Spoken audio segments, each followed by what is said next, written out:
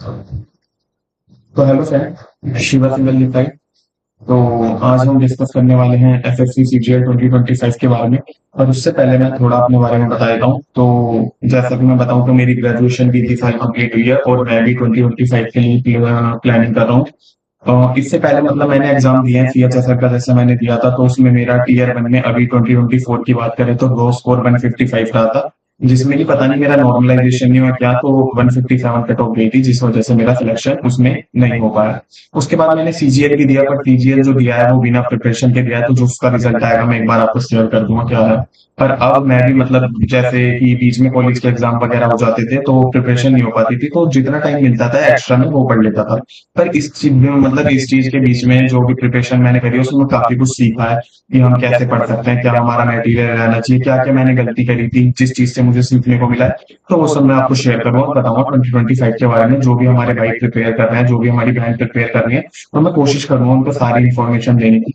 उसके अलावा अगर कुछ मेरे से रह जाता है या कुछ भी मेरे से मिसअंडरस्टैंडिंग हो जाती है या फिर कुछ भी मैं गलत बता देता हूँ, तो उस चीज के बारे में आप कमेंट में मुझे बता सकते हैं कि मेरी क्या गलती रही है। या फिर अगर मैं सब कुछ बताने की वैसे तो आपको कोशिश करूंगा, पर उसके बावजूद अगर मेरे से कुछ चीज छूट जाती है, मैं आपको नहीं बता पाता, तो उस चीज के बारे में भी आप कमेंट सेक्शन में मुझसे पूछ सकते हैं। तो चलिए हम देखते हैं इसमें कि एसएससी सीजीएल 2025 के बारे में हम क्या डिस्कस करेंगे।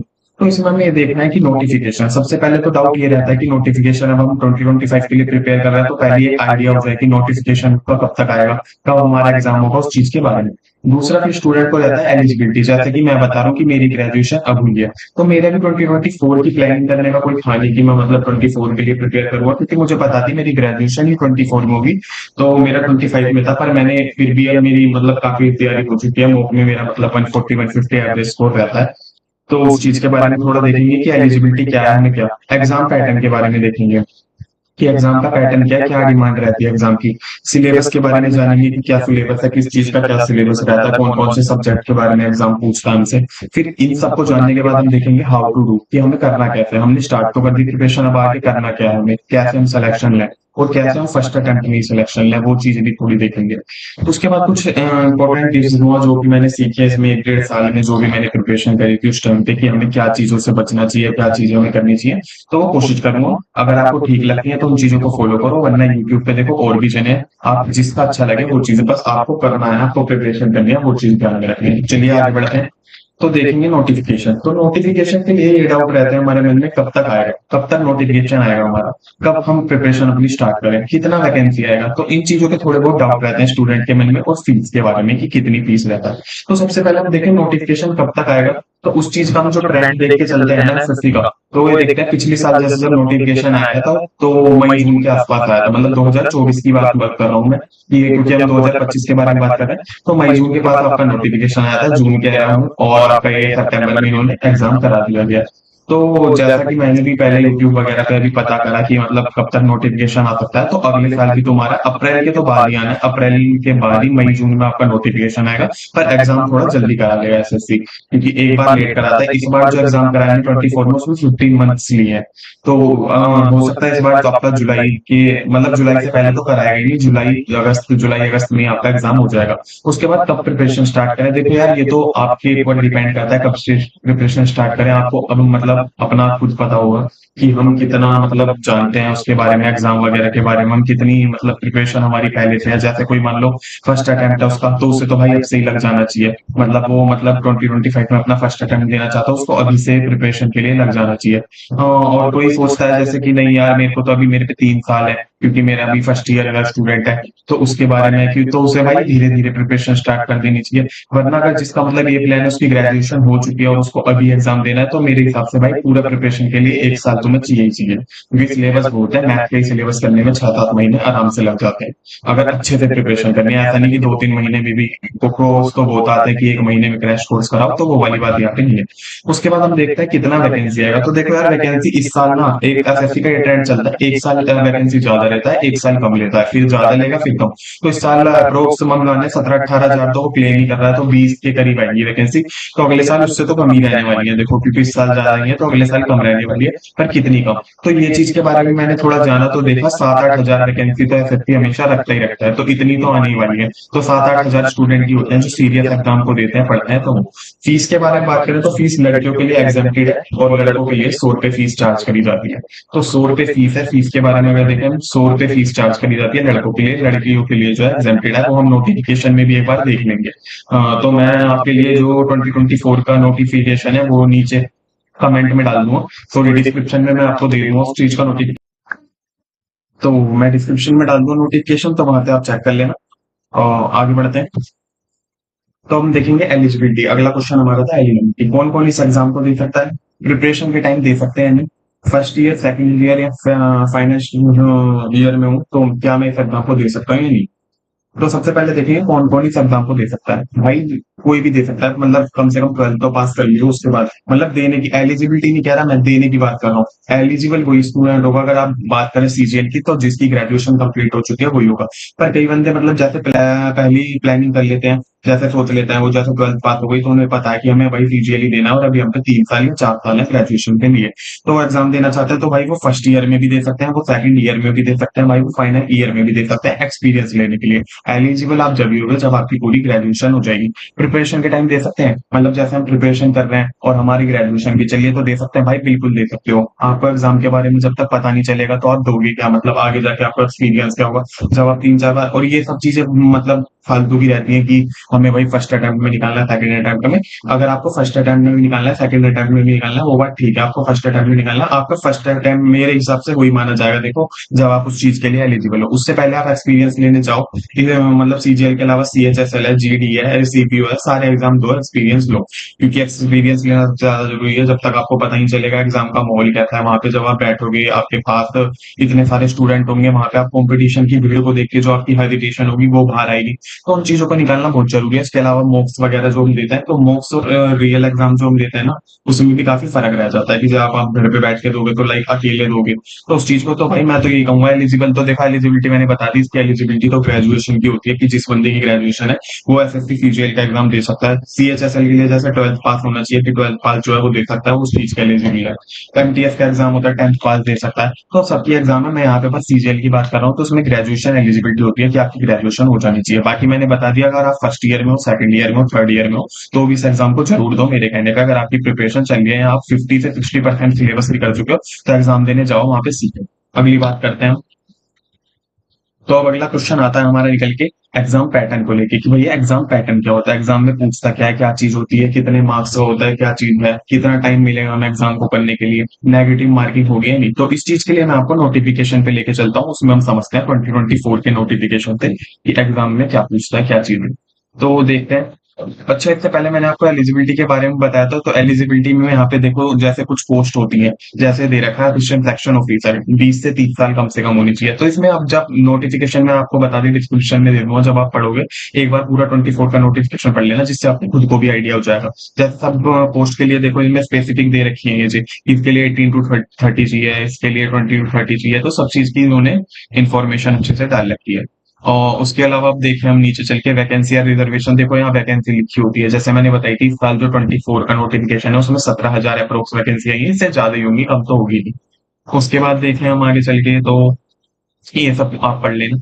एज लिमिट की बात करें तो देखो यहाँ पे एज लिमिट आ गई है कि फॉर द पोस्ट जो 18 से 27 की पोस्ट है, तो कैंडिडेट भी बोर्न ऑन नॉट अर्लियर, की इससे पहले नहीं होना चाहिए, इसके बाद नहीं होना चाहिए। तो वो सब चीजें आपको समझ आ जाएगी जब आप नोटिफिकेशन पढ़ोगे। अभी हम बात कर लेते हैं एग्जाम पैटर्न की, जो हमने देखा था एग्जाम पैटर्न की, एग्जाम में पूछेगा क्या आपसे, तो उस चीज के बारे में हम चलते हैं।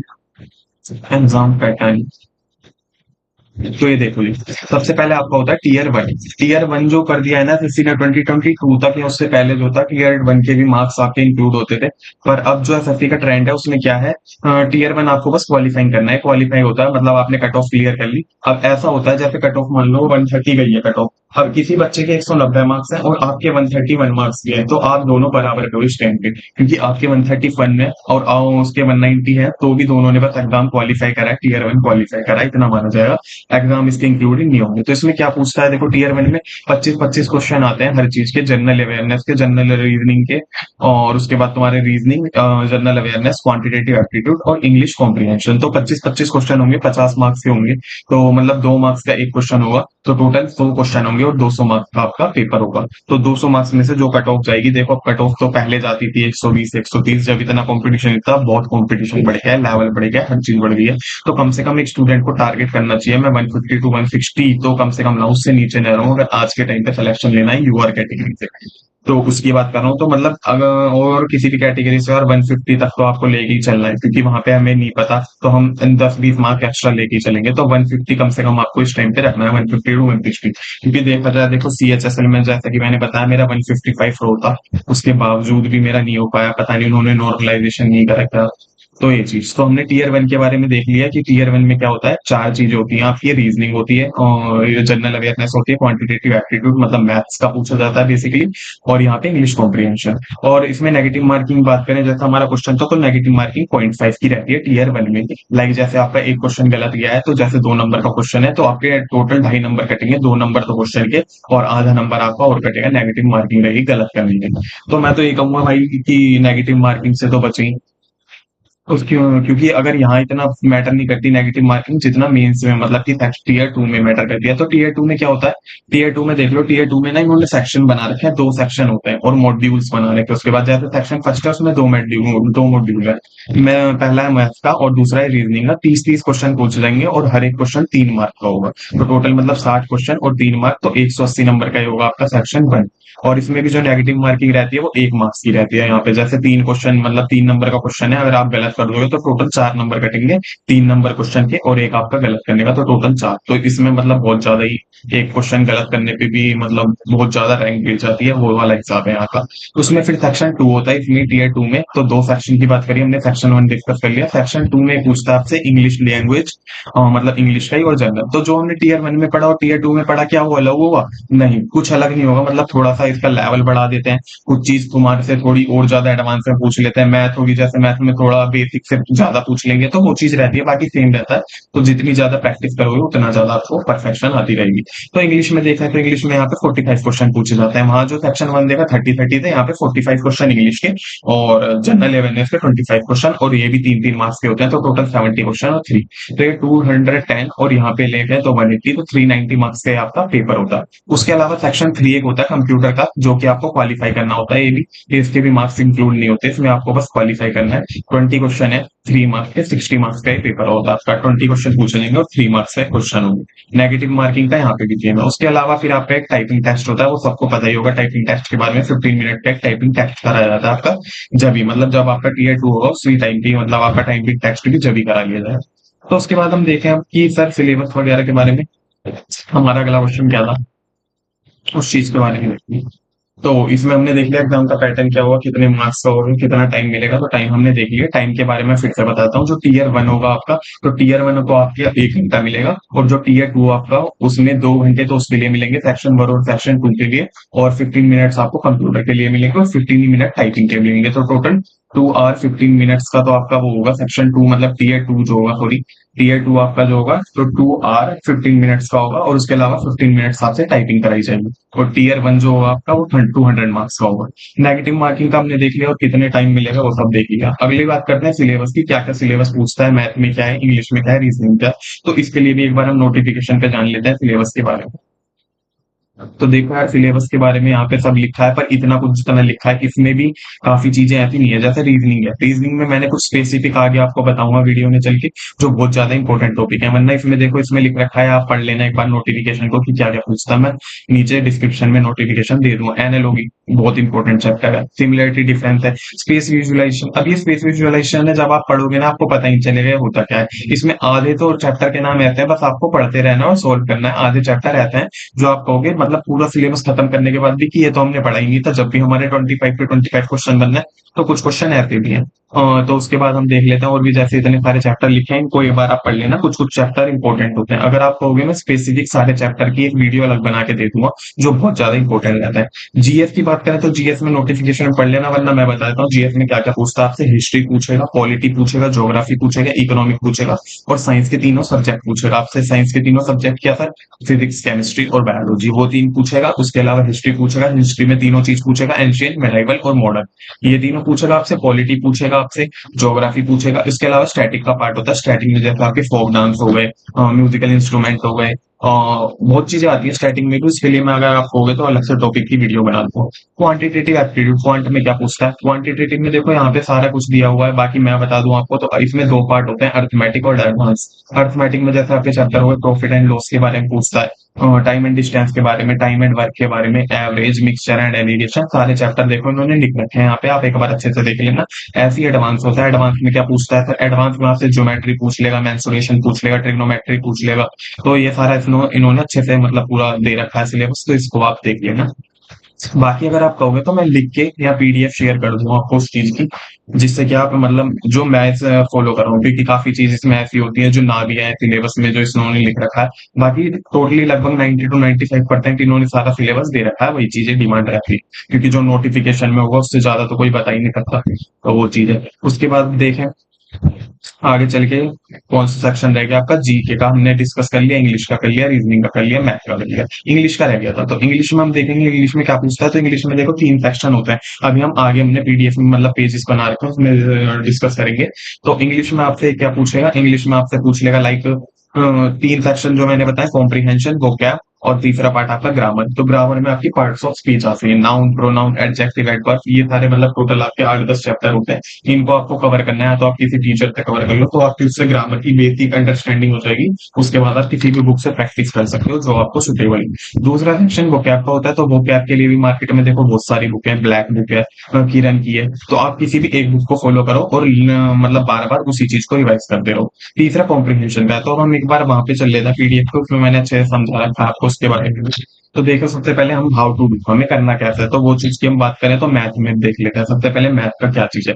तो देखो यार, मैथ में किसी भी चीज का हो, आप मैथ लो, इंग्लिश लो, रीजनिंग लो, जीएस लो, सबको आपको पहले सबसे पहला स्टेप आपका ये रहेगा कि हमें भाई अपना 6 से 7 महीने में सिलेबस कंप्लीट कर लेना है। लाइक आपके 1 साल है, तो आपको 5 से 6 या 7 महीने में अपना सिलेबस कंप्लीट कर लेना है। उसके बाद आपको रिवीजन ही रिवीजन करनी है, प्रैक्टिस करनी है, मॉक देना है। तो सबसे पहले हम क्या करेंगे? Firstly complete your syllabus. तो कंप्लीट योर सिलेबस, सबसे पहले कंप्लीट करना है सिलेबस। आपको मैथ के बारे में जानना है, तो मैथ के बारे में पहले अर्थमेटिक और एडवांस किसी भी, या तो आप टीचर से पढ़ सकते हो जो आपको लगे हाँ हमारे लिए बेस्ट टीचर है। अब सर ये कैसे हम पता करें हमारे लिए कौन सा बेस्ट टीचर होगा? तो देखो यार, इसके 2 ऑप्शन रह सकते हैं आपको। या तो आपने किसी से सुना हो अपनी फैमिली में कि हाँ वो टीचर बढ़िया पढ़ाता है, पर दूसरी चीज मैं तो आपको ये सजेस्ट करूंगा कि यूट्यूब पे आप जाओ, टीचरों के जिसको आपको लगता है 4-5 टीचर के नाम जो बढ़िया बढ़िया हैं उनकी वीडियो देखो, जिसका आपको जिसके साथ आपकी ट्रेनिंग बैठती है उसको आप सेलेक्ट कर लो। उनका पेड बैच लेना है तो पेड बैच ले लो, वरना यूट्यूब पे भी सब अवेलेबल है। पर पेड बैच में थोड़ा ये होता है कि अटेंशन आपको ज्यादा आ जाती है, आप बात कर सकते हो, अपने डाउट पूछ सकते हो लाइव क्लासेस में, तो वो थोड़ा बढ़िया चीज रहती है। मैंने भी, जैसे मैं बताऊं तो मैंने भी बैच ले रखा है, पवन सर का बैच ले रखा है मैथ के लिए,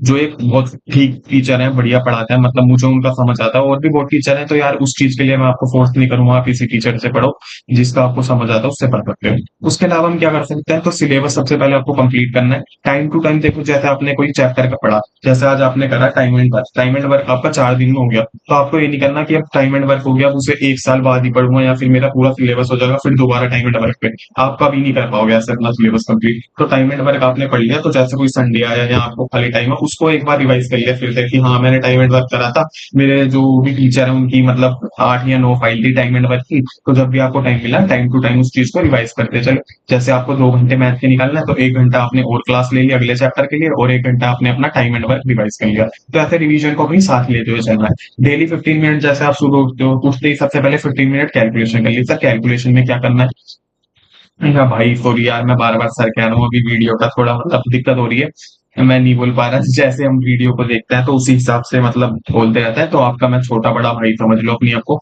मतलब मेरे को छोटा बड़ा भाई समझ लेना अपना। तो डेली 15 मिनट कैलकुलेशन रखनी है आपको। 15 मिनट कैलकुलेशन में हमें क्या करना है भाई? तो इसमें हम प्लस माइनस के सवाल कर सकते हैं। प्लस माइनस क्या वो बच्चों वाली? नहीं, प्लस माइनस आपको माइंड में ही करनी है। कोई क्वेश्चन देखा आपको माइंड में एकदम प्लस करके बता देना है, हाँ अब ये होगा। मल्टीप्लीकेशन करनी है, मल्टीप्लीकेशन 1 लाइन में कैसे करें अगर आप कहोगे तो मैं उस चीज की वीडियो बना के दिखा दूंगा कि 1 लाइन में मल्टीप्लीकेशन कैसे कर सकते हैं। उसके बाद सेक्शनल मॉक्स, सेक्शनल मॉक्स का क्या रोल है? तो सेक्शनल मॉक्स का ये रोल है, जैसे आपने पूरा सिलेबस कर लिया, आपको लगता है मेरा 80% 70% सिलेबस हो गया है, तो वो टेक्स्ट बुक का पास होता है, ओलिव का पास होता है, उसमें आप सेक्शन वाइज मॉक दे सकते हो, जैसे मैथ के मॉक दे सकते हो, तो मैथ का 20 मिनट का मॉक होता है उसमें, जिसमें आपको वही 25 क्वेश्चन के आंसर करने होंगे। तो सेक्शन मॉक देके आप पता लगा सकते हो हमारी तैयारी कितनी पीक पर है, क्या चल रही है वो चीज। उसके बाद इस मॉक को देने के बाद सबसे जरूरी इस चीज को एनालिसिस करना, जिससे आपको पता चलेगा मैं किस चैप्टर में वीक हूँ, या फिर मैं किस क्वेश्चन में जितने कम टाइम लेना चाहिए उसमें भी ज्यादा टाइम ले रहा हूँ, तो उस चीज के बारे में। अगली बात करते हैं हम इंग्लिश की। तो इंग्लिश में देखो, जैसे मैंने आपको पहले भी बताया, 3 सेक्शन होता है। क्या 3 सेक्शन होता है? ग्रामर, वोकैब और कॉम्प्रिहेंशन। तो ग्रामर की बात करें तो सबसे पहले ग्रामर में मैं कहूंगा अपने खुद के नोट्स बनाओ। सर नोट्स कैसे बनाए? तो नोट्स ऐसे बनाए, किसी भी टीचर को फॉलो कर लो। जैसे मैं अपनी बात करूं तो मैंने यूट्यूब पे फ्री पढ़ा है तरुण ग्रोवर सर से, उन्हीं से मैंने नोट्स बनाए। आप चाहो तो अब तो वो पेड बैच लाते हैं, तो उनके पेड बैच ले सकते हो। अमन सर है, नीतू मैम है, तो नीतू मैम से कर सकते हो, रानी मैम है, तो बहुत टीचर है यार। उसके लिए मैं आपको अभी भी कहूंगा कि फोर्स नहीं करूंगा, जो आपको अच्छा लगे उससे आप नोट्स बना सकते हो, काफी टीचर है। उसके बाद सर नोट्स बना लिए हमने, तो नोट्स बना लिए तो भाई उन्हें रखने के लिए नहीं बनाया, उन्हें टाइम टू टाइम रिवाइज करना है। जैसे नाउन का बनाया, तो अब आप प्रोनाउन पे आ गए हो, तो नाउन को भी आपको रिवाइज करते हुए चलना है, क्योंकि इंग्लिश का यही रूल है, सारे चैप्टर एक दूसरे से इंटरकनेक्टेड है।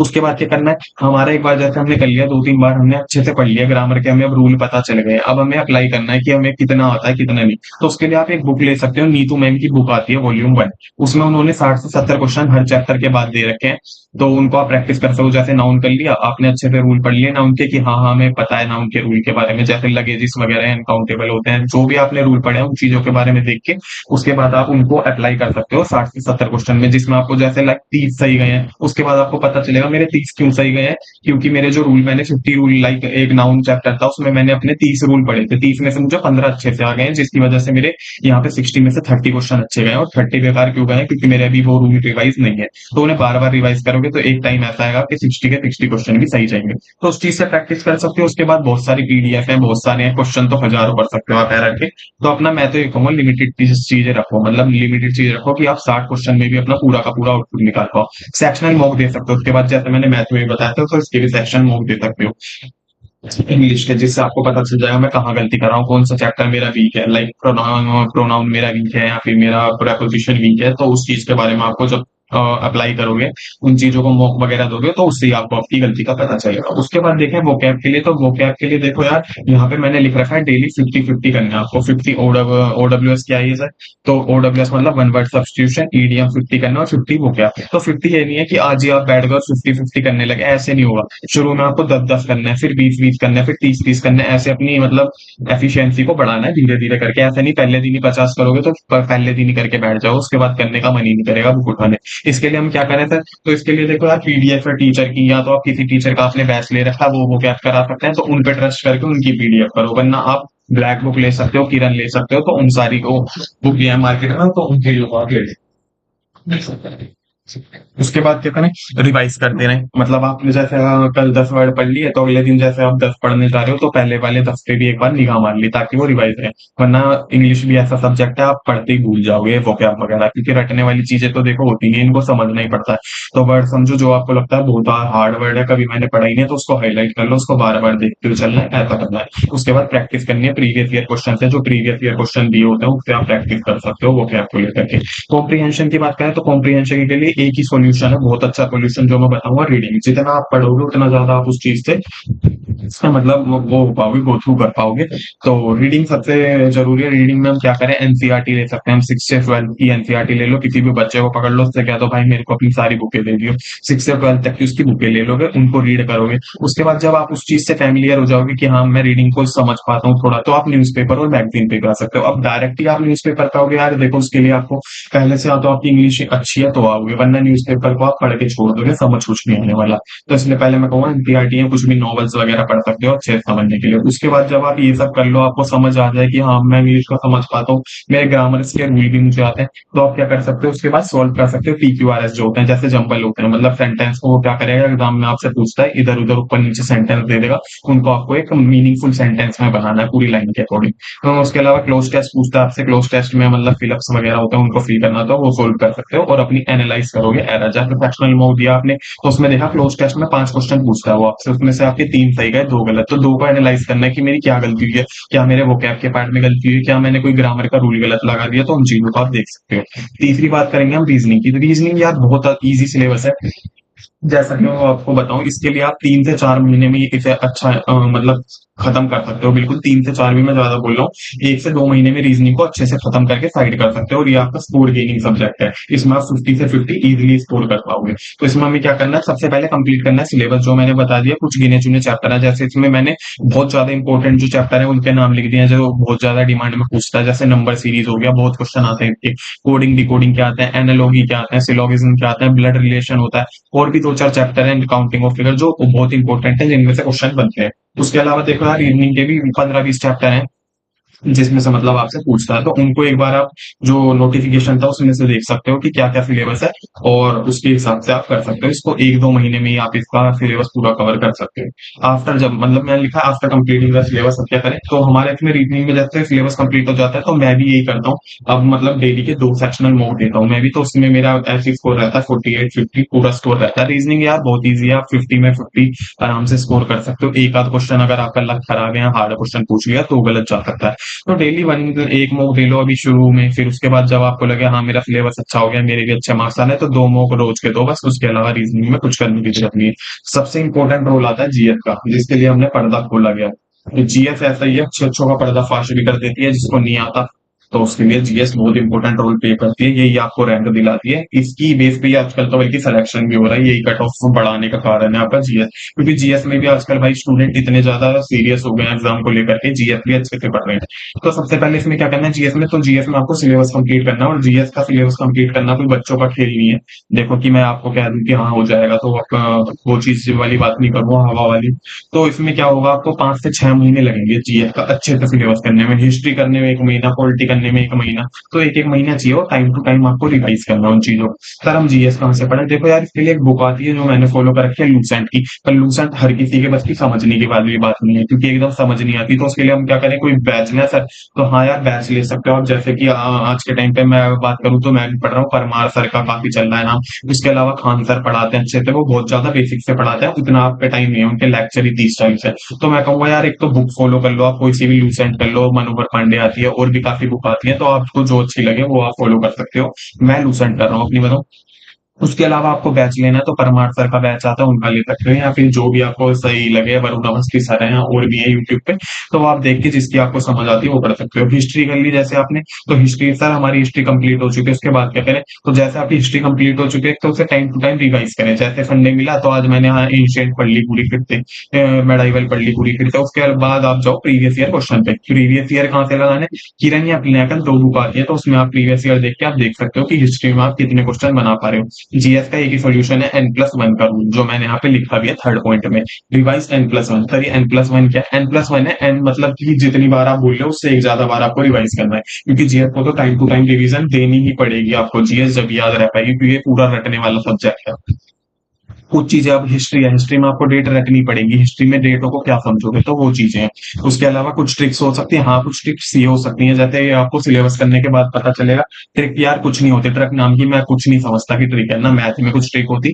ट्रिक का मतलब होता है कि आपको कितना आ चुका, मतलब कितना सिलेबस आ चुका है, कितना आप उस चीज से फैमिलियर हो चुके हो। तो उस चीज को बस जल्दी कर देना, उस चीज को हम ट्रिक कहते हैं। तो जीके में क्या ट्रिक हो सकती है, जैसे आपने सिलेबस पढ़ लिया, कोई 4 ऑप्शन है, आपको पता है 3 जो ऑप्शन दे रखे हैं बिना सरकार के दे रखे हैं, इसका कुछ नहीं है, तो एक ऑप्शन आप टिक करके आगे बढ़ लोगे। ये चीजें ट्रिक होती है बस, या फिर कुछ नहीं। मैथ में कहते हैं लोग ट्रिक होती है, मैथ में कुछ ट्रिक नहीं होती। मैथ में होता है यूनिट डिजिट से क्वेश्चन बना लिया, तो वो चीजें होती है। जैसे 2 × 2 4 है, बाकी यूनिट डिजिट में कुछ है नहीं, आपने देखा 4 एक ही ऑप्शन में लगाया, आगे बढ़ गए। तो उन चीजों को ट्रिक का नाम दे दिया गया है, बाकी ट्रिक कुछ होती नहीं है। तो जीएस में मैंने बता दिया है, पहले एक बार तो आपको सिलेबस पूरा करना पड़ेगा। उसके बाद रिवीजन रिवीजन रिवीजन रिवीजन इसकी की है। उसके अलावा आप प्रीवियस ईयर दे सकते हो।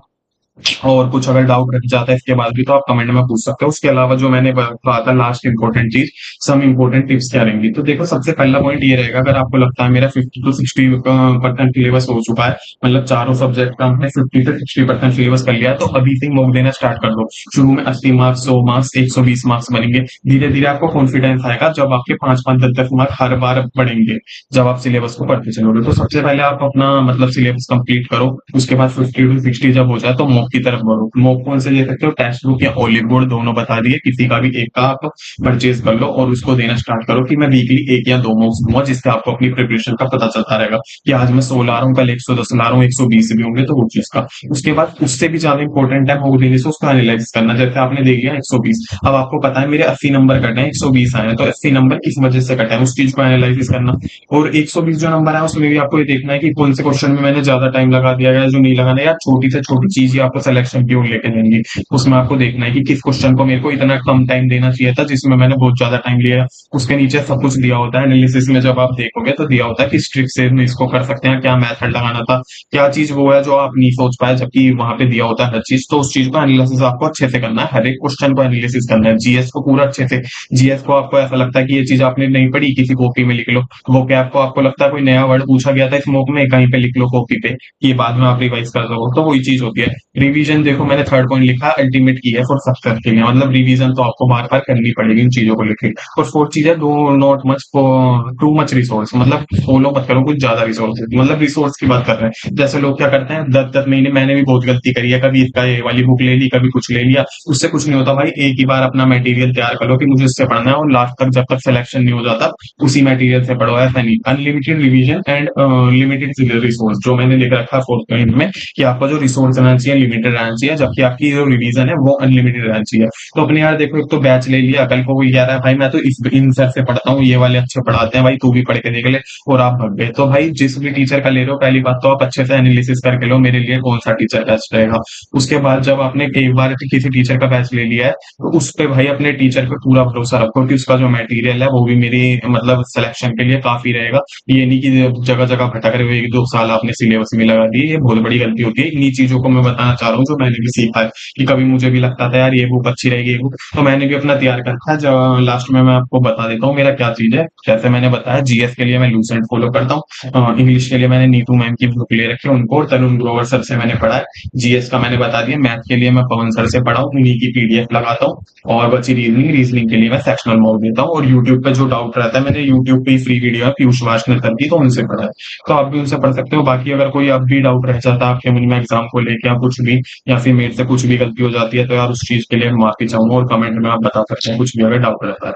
तो आज के लिए इतना ही है, और जो भी आपको वो अगले टॉपिक पे वीडियो चाहिए या कुछ भी आपकी डिमांड है, तो मेरे को एक बार बता सकते हो। तो थैंक यू यार, मिलते हैं फिर अगली वीडियो में, बाय बाय, टेक केयर।